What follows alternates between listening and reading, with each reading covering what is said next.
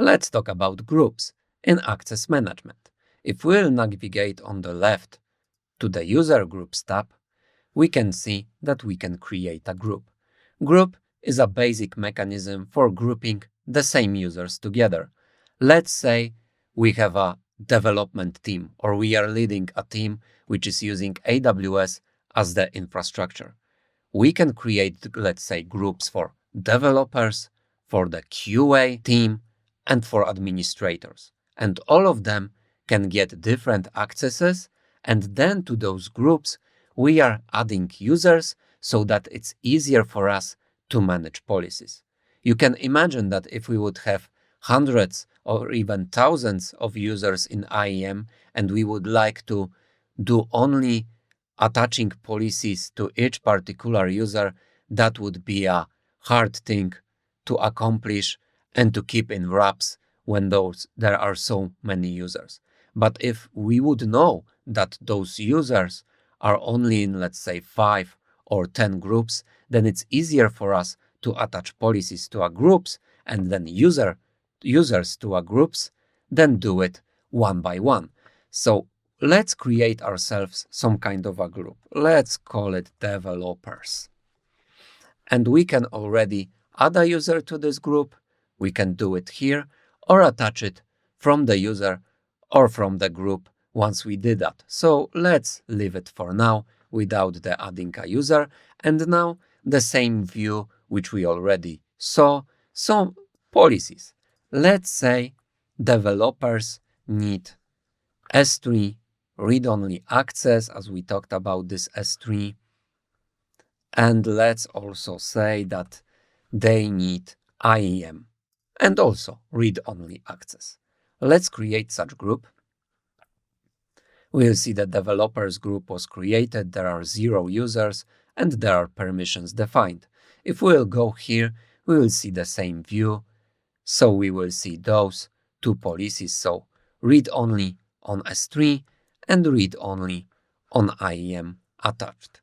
And if we'll get back to this group, then we can either go to this group and add users from here. We can go to users, to specific user, and then there is a group tab on each user and attach it to, and we will attach this user. So user can be a member of multiple groups. It doesn't need to be in one particular one.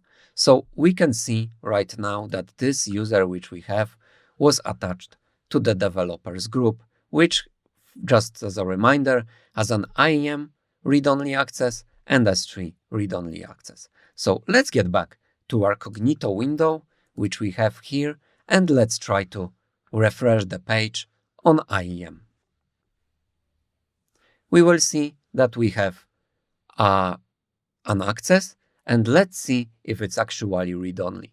So if I will go to users, and if I would like to create some kind of a user, let's call it test, next, attach policies directly, maybe let's not attach anything, next, let's try to create it.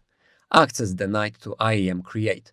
You don't have permissions to IAM create user, because IAM create user for sure is not a read-only action.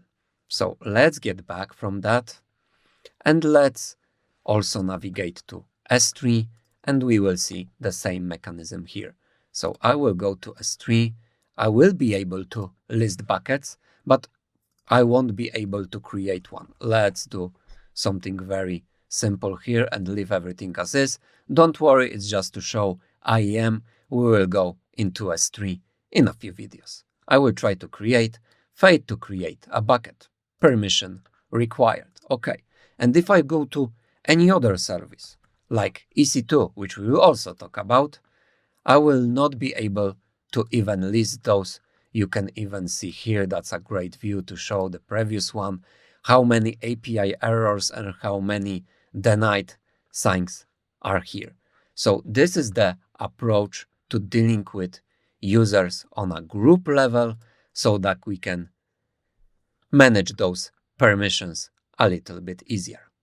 Okay, so groups are finished. Let's meet in another video.